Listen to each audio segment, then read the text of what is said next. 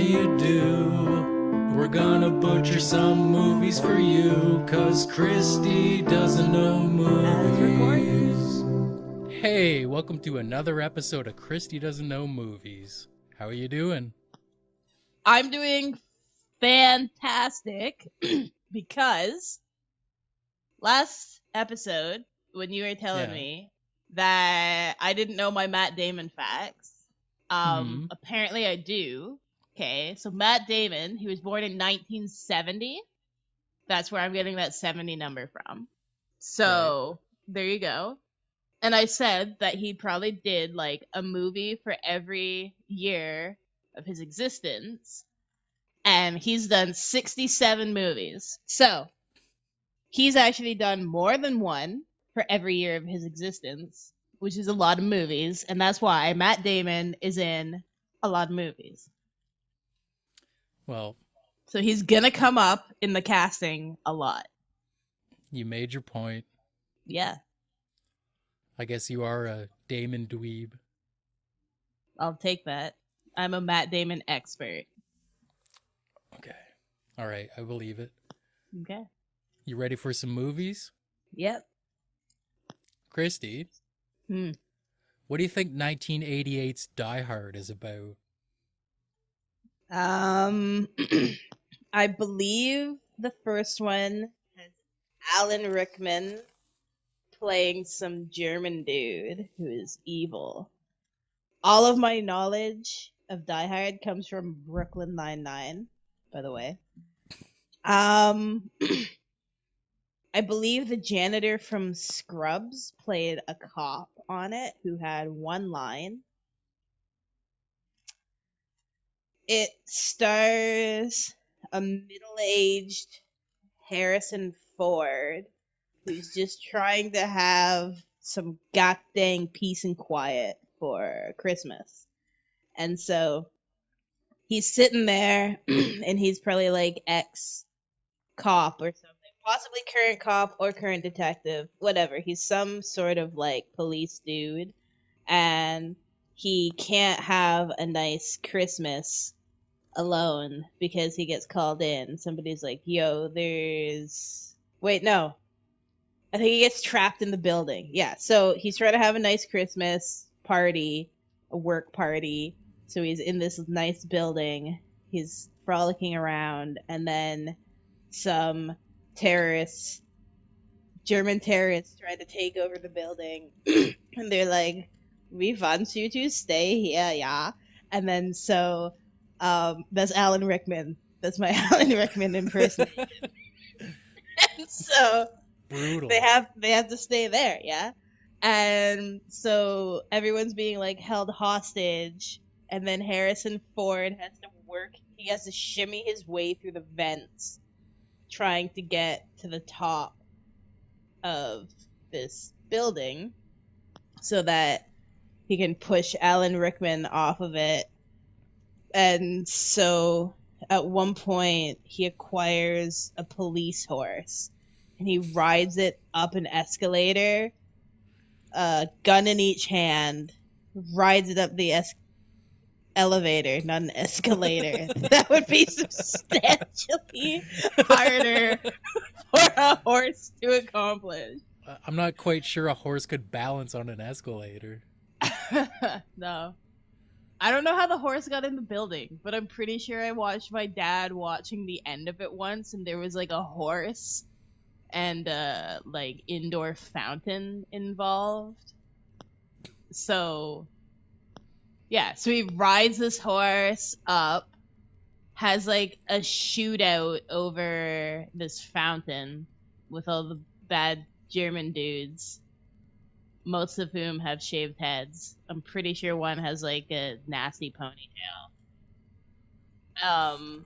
And then he gets to the top of the building with his horse, and he just like rushes Alan Rickman off the building, and then he like almost gets away though because then a helicopter swings by, and he's like, ha ha ha, I grabbed onto this helicopter, now what?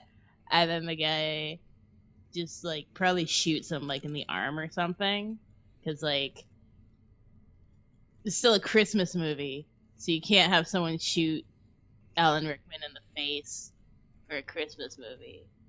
So he just shoots him in the arm, and then he falls to his death.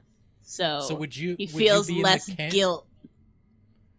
Would you be in the camp that believes Die Hard is a Christmas movie? I'm in the camp that doesn't really give a shit. Fair enough. Because, I mean, I've never seen it, and I'm never going to, so. That's a good point. Anything else Yeah. you want to say about Die Hard?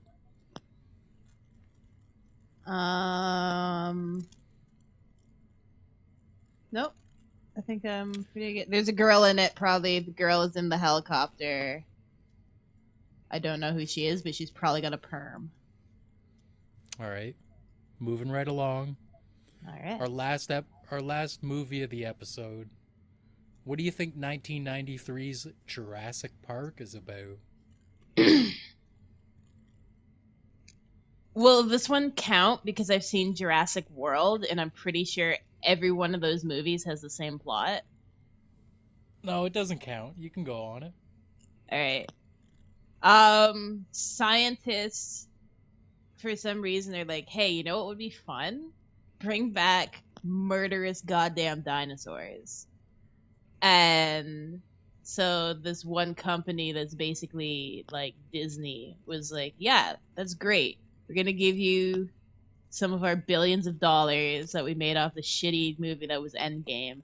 And we're going to fund that so you can make some dinosaurs. But we want to make like Disneyland dinosaurs, basically. And they're like, all right, that's a shit idea. Let's at least do it on an island so that when they escape, like I used to do to my dinosaurs in Zoo Tycoon, at least they won't eat everyone because they'll be stuck on the island, except for the fucking flying ones. And so they build this Jurassic Park, if you will, on an island so that like rich people can go and be like, I just touched a T-Rex that was heavily sedated. Thank God it's not unsedated at this moment, or I would be screwed. So all the dinosaurs become unsedated. Who'da thunk it? And Jeff Goldblum's in it. I know that much. Hey. Jeff Goldblum, probably also Harrison Ford. Jeff Goldblum plays the scientist, and he's just sitting around. He's just like, hey guys, I made these dinosaurs. Aren't I smart? And they're trapped. They're like some of the people. It's like a survival kind of thing. And they're like, why the fuck are you bragging about making these? And he's like, because I just undid the top button of my shirt. Look at me. I'm still relevant in the 90s. And where does Matt Damon work into this? Matt Damon was filming like The Bourne Ultimatum. So he didn't he didn't have time for Jurassic Park, okay? There were a lot of Bourne movies that he had to do. Probably some like, yeah, okay? So chill. So then the other characters are played by, I don't know. I know it was like an expensive ass movie. Who was the most expensive actress to hire in the 90s? Other than Meryl Streep. Take a wild guess. I don't know, that girl who played Ripley in Alien or Predator or whatever the fuck that movie was. Sigourney Weaver? Yes! So she's in there. She plays the girl who like gets them through everything, as Jeff Goldblum's just fucking fumbling with his buttons. And they just try to escape this T-Rex that was super realistic looking. And yeah. And then, so in the end, I feel like they do escape. Because they need, at least Jeff Goldblum escapes, because they need him to start Jurassic Park 2, because they didn't learn the goddamn lesson. And they were like, all right, well, that was a financial flop. 700 people died, but let's try this again. And yeah, so like even if they sectioned off that park, what the fuck did they do with all the flying dinosaurs? Like, what's to stop a pterodactyl from just leaving the island? It's a good Did they point. address that in the movie?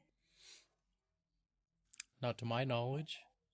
Or is that like what the third one was? The third one, they didn't have a budget for special effects anymore. So they just have like one lone pterodactyl mildly harassing Manhattan. I think I'd be more inclined to watch that than like whatever the Me too. actual I'd, movies are about. I'd love to see that. Okay, well, go try to get your hands on an old pterodactyl prop from Jurassic Park. We can make it happen. All right.